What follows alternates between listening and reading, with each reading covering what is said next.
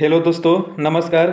इस वीडियो में राष्ट्रीय पाठ्यचर्या की रूपरेखा 2005 यानी एनसीएफ 2005 को पढ़ेंगे और ये एक महत्वपूर्ण पॉइंट है जिससे सीटेट जो वर्तमान में सीटेट होने वाला है यहाँ से प्रश्न बनता ही बनता है। और किसी भी राज्य का टेट हो या कोई भी टीचिंग एग्जाम हो, यहाँ से प्रश्न बनता ही बनता है। ये एक महत्वपूर्ण टॉपिक है, तो इसके बारे में हम देख लेते हैं। तो एनसीएफ 2005 के 5 मार्गदर्शक सिद्धांत हैं। ये 5 मार्गदर्शक सिद्धांत हैं, यानी इन्हीं के इर्द गिर्द सारे बातें और सिद्धांत को रखा गया है। तो ये पांचों को आप अच्छे से देख लीजिए। ज्ञान को स्कूल के बाहर जीवन से जोड़ा जाए, यानी जो ज्ञान है उसको केवल स्कूल तक सीमित नहीं रखा जाए, उसको बाहरी जीवन यानी बाहर के जीवन से जोड़ा जाए। ये एनसीएफ 2005 में कहा गया है। और दूसरा पॉइंट है, पढ़ाई को रटंत प्रणाली से मुक्त करना, यानी जो पढ़ाई है उसको केवल रटंत विद्या पर आधारित न पढ़ाया जाए, इसे मुक्त किया जाए, यानी उनको सृजनात्मक, रचनात्मक या रुचिपूर्ण या कंसेप्ट को समझाना, यानी केवल रटंत विद्या के माध्यम से न उनको पढ़ाया जाए। इसके बारे में ये बात कर रहा है। तीसरा पॉइंट है, पाठ्यचर्या पाठ्य पुस्तक केंद्रित न रह जाए, यानी जो पाठ्यचर्या है वो केवल पाठ्य पुस्तक केंद्रित न रहे, यानी केवल पुस्तक के इर्द गिर्द न ज्ञान घूमे, उसको बाहरी जीवन से जोड़ना है, अपने आसपास अपने जो समाज है उसे उसको सीखना है, यानी केवल पुस्तक तक सीमित रह के ज्ञान को न अर्जित किया जाए। उसके बारे में ये बात कर रहा है। और चौथा है कि कक्षा कक्ष को गतिविधियों से जोड़ा जाए एवं इसे लचीला बनाया जाए। कह रहा है कि जो कक्षा है उस कक्षा में जो एक्स्ट्रा गतिविधि है उससे जोड़ा जाए और उसको लचीला बनाया जाए, यानी उसमें कठोर अनुशासन न बना के रखा जाए ताकि विद्यार्थी वहाँ पे रुचि न ले, यानी वहाँ पे स्वतंत्र महसूस न कर पाएँ।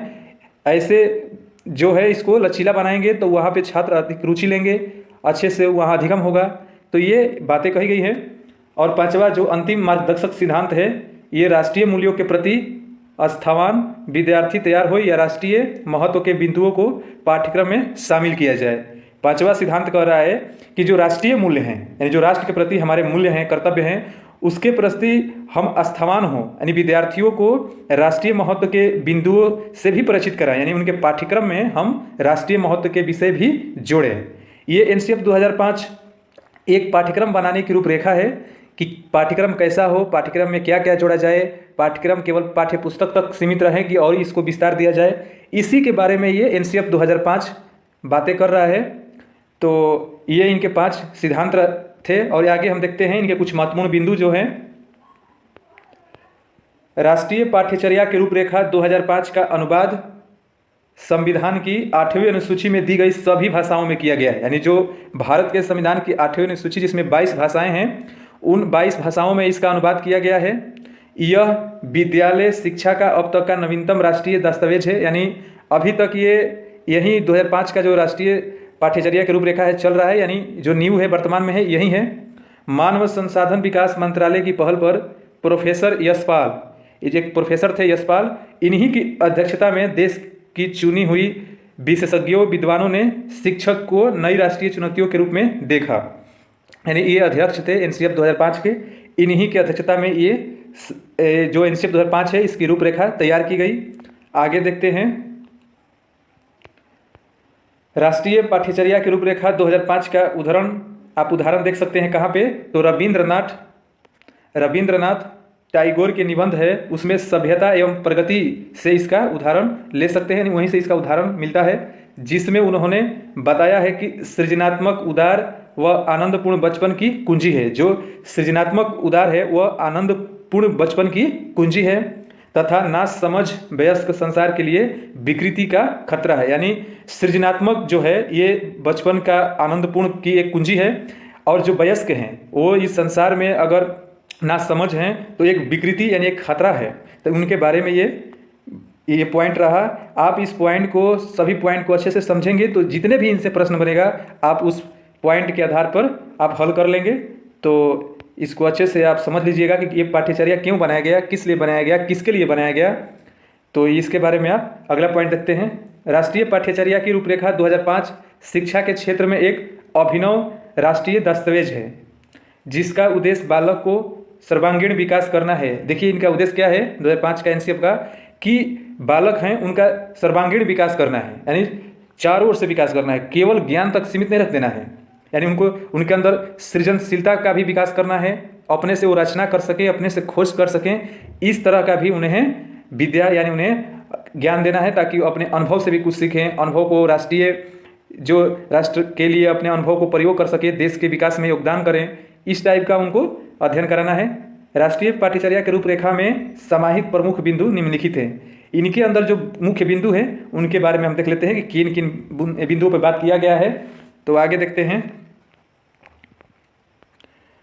अभिभावकों की सहभागिता, यानी जब पाठ्यक्रम का निर्माण होगा तो उस समय अभिभावकों की सहभागिता ली जाएगी।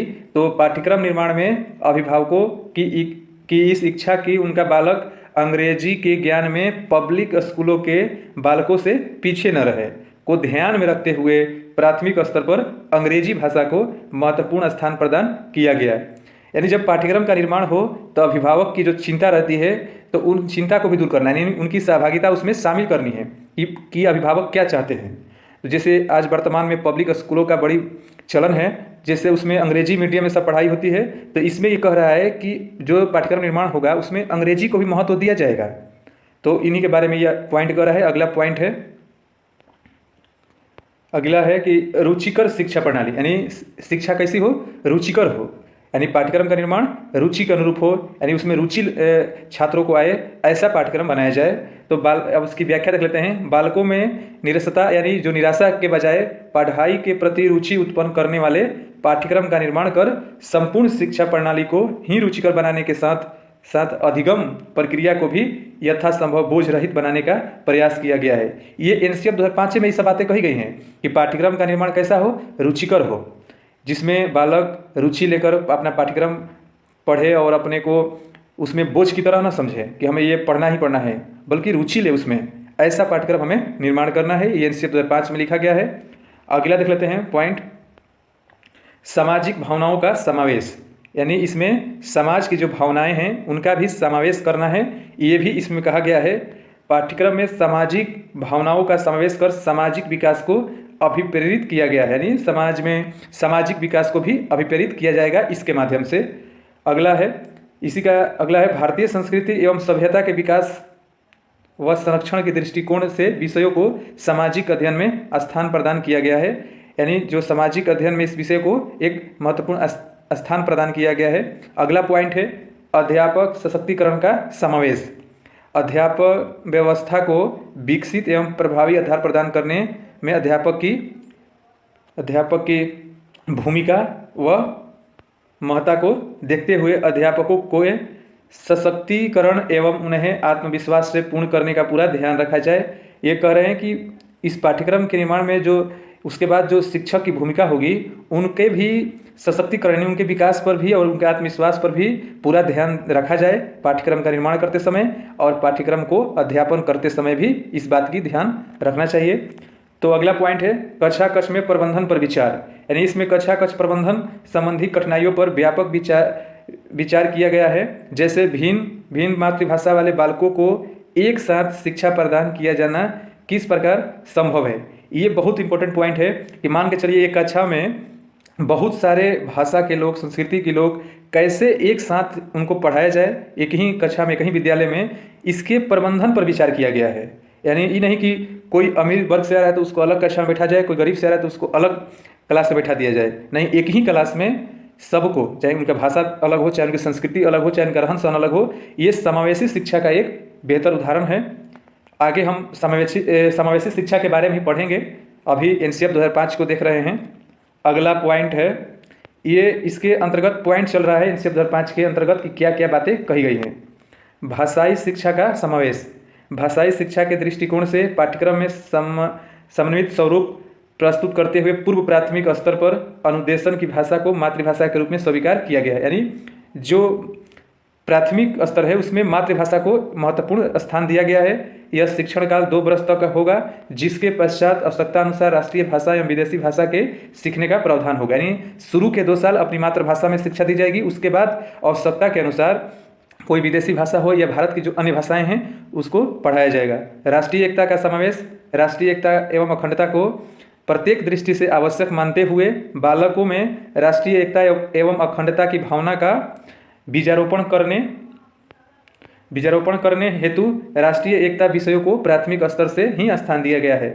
ये कह रहा है कि बालक में जो राष्ट्रीयता का भावना का जो बीजारोपण करना है वो आप प्राइमरी स्तर से ही कर दीजिए, यानी उसी में उनको स्थान दे दिया गया है कि आपको प्राथमिक स्तर से ही उनको देशभक्ति के लिए कुछ पाठ्यक्रम में समाहित किया जाएगा ताकि उनको एक राष्ट्रीय एकता के रूप में उनको तैयार किया जा सके। अगला पॉइंट है वित्तीय एवं मानवीय स्रोतों पर विचार। पाठ्यक्रम के क्रियान्वयन हेतु वित्तीय एवं मानवीय स्रोतों की महत्ता को ध्यान में रखते हुए इसमें वित्तीय एवं मानवीय स्रोतों की उपलब्धता पर भली भांति विचार किया गया है। अब देखिए जो वित्तीय एवं मानवीय स्रोत हैं पाठ्यक्रम में इसका भी कैसे इसमें क्रियान्वयन हो और कैसे इसके महत्ता को हम रखें इसके बारे में भी विचार इस एनसीएफ 2005 में किया गया है। अगला पॉइंट देखते हैं पूर्व कार्यक्रम का समावेश। इसमें पूर्व में प्रस्तुत कार्यक्रमों जैसे कि 1993 के बोझ रहित अधिगम कार्यक्रम हो या 1988 के राष्ट्रीय पाठ्यक्रम हो या एवं 2000 का राष्ट्रीय पाठ्यक्रम हो, यानी इससे पहले आपको 1993 में जो बोझ रहित अधिगम कार्यक्रम चला था, 1988 में राष्ट्रीय पाठ्यक्रम बना था और 2000 में भी बना था, इन सब का समाहित रूप इसमें दिया गया है।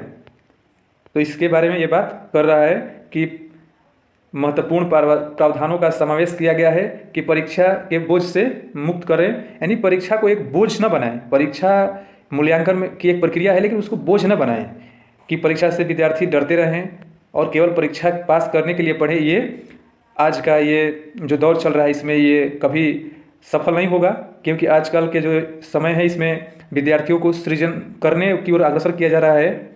अगला पॉइंट देख लेते हैं विद्यार्थियों का स्वतंत्र विकास। इसमें विद्यार्थियों के साथ साथ तथा उनमें परीक्षा देने की प्रति रुचि विकसित करने हेतु मासिक परीक्षण का प्रावधान किया गया है। यानी विद्यार्थियों को स्वतंत्र विकास करने के रूप में क्या करना है कि उनको उनके परीक्षा देने की जो प्रति बोझ था उनको रुचि में विकसित करना है और मासिक परीक्षण यानी 1 महीने में उनका एक परीक्षण हो, इसके बारे में ये पॉइंट कह रहा है। अगला देखते हैं धर्मनिरपेक्षता का समावेश। भारतीय संविधान की मूल भावना धर्मनिरपेक्षता का सम्मान करते हुए भारतीय शिक्षा एवं शिक्षालयों को धर्मनिरपेक्षता की स्थिति में बनाए रखने हेतु राष्ट्रीय पाठ्यक्रम में धार्मिक शिक्षा को किसी भी अवस्था में स्वीकार नहीं किया गया है। यानी कोई भी सरकारी विद्यालय में एक कोई धर्म का पाठ्यक्रम न पढ़ाया जाएगा, क्योंकि भारत एक धर्मनिरपेक्ष राज्य है और यहाँ पे बहुत सारे धर्म के लोग निवास करते हैं। तो सबको समान भारतीयत्व की भावना रखते हुए पाठ्यक्रम का ऐसा निर्माण होगा, कक्षा में ऐसा अध्यापन किया जाएगा, शिक्षक की कैसी भूमिका होगी, इसके बारे में एनसीएफ 2005 बातें कर रहा है। अगला पॉइंट देखते हैं। हमने ऊपर देखा कि राष्ट्रीय पाठ्यचर्या के जो मेन मार्गदर्शक 5 सिद्धांत है वो तो हमने ऊपर देख लिया, लेकिन कुछ प्रमुख सिद्धांत भी इसके हैं, इसको भी हम देख लेते हैं। राष्ट्रीय पाठ्यचर्या की रूपरेखा की रचना कुछ प्रमुख सिद्धांतों को आधार मानकर की गई है, जिनका संक्षिप्त विवरण निम्नलिखित है। तो संक्षिप्त विवरण है, देख लेते हैं इसके बारे में। आप अगर इस वीडियो को देख लेंगे तो इससे प्रश्न गलत नहीं होगा, क्योंकि ये एक इस पे हर एक पॉइंट को मैंने इसमें डाल दिया है ताकि कहीं से ही प्रश्न बने समझ में आ जाए। सांस्कृतिक संरक्षण का सिद्धांत, यानी जो संस्कृति है हमारे देश की, उनका भी संरक्षण कैसे हो इसके बारे में पाठ्यक्रम में समाहित करने की बातें कही गई है। तो भारतीय संस्कृति की महत्ता को देखते हुए इसके संरक्षण एवं प्रसार हेतु इसके मूल तत्वों अर्थात मानवता, नैतिकता, आदर्शवादिता है, ये सामाजिकता एवं समन्वय इत्यादि को पाठ्यक्रम में यथोचित स्थान दिया गया है। यानी पाठ्यक्रम में इन सब का स्थान दिया गया है कि बालक में नैतिक विकास कैसे हो, बालक आदर्शवाद की तरह सोचे, यह सामाजिकता उनमें कैसे बढ़े, उनमें मानवता के प्रति कैसे विकास हो, इसके बारे में भी पाठ्यक्रम में स्थान दिया जाए और दिया गया है। इसमें उपयोगिता का सिद्धांत, उपयोगिता का आधार मानकर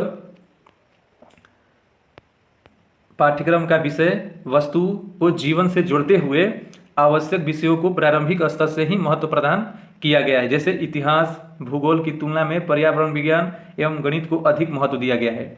यानी पाठ्यक्रम में ऐसे वस्तु जो प्राथमिक स्तर है उस पर ध्यान दिया गया, जिसमें पर्यावरण का विज्ञान है एवं गणित है। इन सबको आपको प्राइमरी स्कूल में ही देखे होंगे कि पढ़ाया जाता है बालक को। तो ये एनसीएफ 2005 एक पाठ्यक्रम निर्माण के बारे में बातें कर रहा है कि कैसे पाठ्यक्रम हो, कैसा हो, उसमें क्या क्या समाहित होना चाहिए। समायोजन का सिद्धांत, मानवीय एवं भौतिक संसाधनों की उपलब्धता में समन्वय स्थापित करने हेतु उनके संतुलित उपयोग की व्यवस्था को निश्चित करने हेतु अर्थात उनके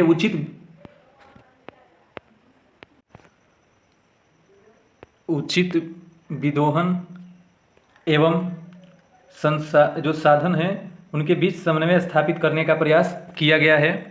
अगला पॉइंट है मानवता का सिद्धांत। मानवीय मूल्यों को वैश्विक स्तर पर महत्ता को देखते हुए पाठ्यक्रम में प्रारंभ से ही ऐसे प्रकरणों को समावेश किया गया है जिसमें विद्यार्थियों में प्रेम, सहयोग, परोपकार एवं सहिष्णुता की भावना का विकास हो सके।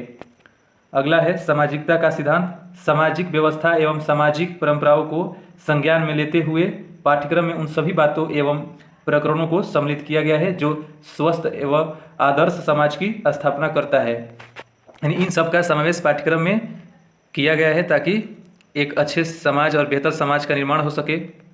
संतुलित विकास का सिद्धांत। पाठ्यक्रम में संतुलित विकास की अवधारणा को पर्याप्त महत्व देते हुए विकास के प्रत्येक पक्ष को उसकी आवश्यकता एवं महत्ता के अनुरूप स्थान प्रदान किया गया है। आगे देखते हैं एकता का सिद्धांत। समाज में निहित संस्कृति, धर्म व परंपराओं को एक सूत्र में बांधकर धर्मनिरपेक्ष शिक्षा व्यवस्था का स्वरूप प्रस्तुत करते हुए राष्ट्र की एकता व अखंडता को सुरक्षित रखने हेतु पाठ्यक्रम में राष्ट्रीय एवं भावात्मक एकता को स्थान प्रदान किया गया है। अगला पॉइंट है नैतिकता का सिद्धांत। यानी प्रत्येक बालक में नैतिक मूल्यों का अभिवृद्धि हेतु पाठ्यक्रम में न केवल प्रारंभिक स्तर से ही शिक्षाप्रद कहानियाँ, वाक्यों इत्यादि को पर्याप्त स्थान दिया गया है बल्कि यह क्रम उच्च स्तर तक भी निरंतर बनाए रखा गया है। यानी इन सब का पाठ्यक्रम में एक समाहित किया गया है। और हम एनसीएफ 2005 के कुछ महत्वपूर्ण तथ्य देख लेते हैं। एनसीएफ 2005 के अनुसार किसी भी बालक जो शारीरिक रूप से कम सक्षम है, यानी शारीरिक रूप से जैसे दिव्यांग जो होते हैं, को सामान्य विद्यार्थियों के साथ ही सामान्य विद्यालयों में शिक्षा प्रदान की जाएगी। यानी एनसीएफ 2005 कह रहा है कि जो शारीरिक रूप से कम सक्षम है उनको भी सामान्य विद्यार्थियों के साथ ही सामान्य विद्यालयों में शिक्षा प्रदान की जाएगी ताकि वो उनको ये न लगे कि हम दूसरों से कम हैं, ताकि वो सबके साथ रहेंगे, पढ़ेंगे तो उनके जो ज्ञान है एक साथ रहने से और उनके जो रुचि है वो बढ़ेगी। एनसीएफ 2005 के अनुसार विशेष आवश्यकता वाले बालक अर्थात नकारात्मक विशिष्ट बालक को भी समावेशी शिक्षा का एवं नियमित विद्यालयों में अध्ययन का अधिकार प्राप्त है। यानी जो विशिष्ट आवश्यकता वाले बालक हैं उनको एनसीएफ 2005 के अनुसार एक समावेशी शिक्षा का एवं नियमित विद्यालयों में अध्ययन का अधिकार प्राप्त है। यानी उनको एक समावेशी शिक्षा यानी विद्यालयों में उनको प्रदान किया जाएगा, ये उनको अधिकार एनसीएफ 2005 में दिया गया। एनसीएफ 2005 में गुणवत्ता आयाम शीर्षक के अंतर्गत बालकों हेतु संरक्षित अनुभव एवं पाठ्यक्रम सुधार को सर्वाधिक महत्व दिया गया है। अगला पॉइंट है एनसीएफ 2005 में कक्षा 10 की परीक्षा को ऐच्छिक करने का सुझाव दिया गया, यानी इच्छा के अनुसार उनको करने का अधिकार दिया गया है। एनसीएफ 2005 में शांति शिक्षा को बढ़ावा देने के लिए इसे पाठ्यक्रम में सम्मिलित करने की अनुशंसा की गई है। ये पॉइंट है, इस पॉइंट को भी आप ध्यान रखिएगा कि इसमें क्या क्या बातें कही गई है एनसीएफ 2005 में। एनसीएफ 2005 में ज्ञान के विकास तथा सुव्यवस्थित एवं सरल पाठ्यक्रम पर बल दिया गया है, यानी इसमें सुव्यवस्थित एवं सरल पाठ्यक्रम पर बल दिया गया है। अगला है एनसीएफ 2005 को बालकों को उनकी मातृभाषा में शिक्षा प्रदान किए जाने का प्रावधान करता है, यानी जो बालक हैं उनको अपनी मातृभाषा में शिक्षा प्रदान किया जाएगा, ये एनसीएफ 2005 में इसका प्रावधान किया गया है। बालक के आत्मविश्वास में वृद्धि करने, उसे सुरक्षित महसूस कराने एवं भाषागत पृष्ठभूमि के कारण कोई भी बालक पीछे न छूट जाए, इस हेतु एनसीएफ 2005 में बहुभाषा को एक संसाधन के रूप में समर्थन प्रदान किया गया है। यानी भारत में जानते ही हैं कि भारत में बहुत सी भाषाएं बोली जाती हैं, विभिन्न क्षेत्रों में अलग अलग भाषाएं हैं, तो उनको एक संसाधन के रूप में एनसीएफ 2005 देखता है और उनको समर्थन प्रदान करता है। उनको एक गलत नहीं मानता है, ये अच्छा मानता है, संसाधन के रूप में देखता है। अगला है एनसीएफ 2005 में बालक को मूल्यों की शिक्षा दी जाने पर जोर दिया गया है। एनसीएफ 2005 में ऊपर भी हमने देखा कि उनके मूल्यों को शिक्षित किया जाए, उनके बारे में भी ये जोर देता है। अंतिम इसके पॉइंट है कि राष्ट्रीय पाठ्यचर्या की रूपरेखा 2005 के अनुसार गणित शिक्षण का महत्व इस प्रकार परिप्रेक्ष्य किया गया है, यानी गणित शिक्षण जो प्राइमरी में ही दिया जाना, क्लास 1 से ही दिया जाता है, तो उसके बारे में बात कर रहा है। तो पहला पॉइंट है कि बच्चे गणित को आनंद पूर्वक सीखें। दूसरा है कि बच्चे महत्वपूर्ण गणित सीखें। तीसरा है कि बच्चे जीवन के अनुभव बांटना सीखें, कैसे जीवन के अनुभव को बांटा जाता है गणित शिक्षण में। ये एक पॉइंट है। बच्चे सार्थक समस्याएं उठाएं और हल करें। बच्चे तर्कपूर्ण विचार रखना सीखें, यानी बच्चों के पास तर्कपूर्ण विचार आए। ये गणित शिक्षण के माध्यम से ये संभव होता है। बच्चे गणित की विभिन्न शाखाओं के विषय में सीखें। और अंतिम है, सभी विद्यार्थी गणित सीखें। देखें कि आप कक्षा 1 से लेकर 10 तक सबको गणित पढ़ना होता है। उसके बाद आप जब 11th में जाते हैं तो आपको ये स्ट्रीम चुनने का मौका मिलता है कि आप मैथ से पढ़ेंगे या विज्ञान से पढ़ेंगे या आप आर्ट लेंगे या आप कॉमर्स के विषय को पढ़ेंगे। यानी 10 तक तो सबको सेम ही पढ़ना पड़ता है। तो इसके बारे में ये बात करता है कि सभी को गणित सीखना चाहिए। धन्यवाद।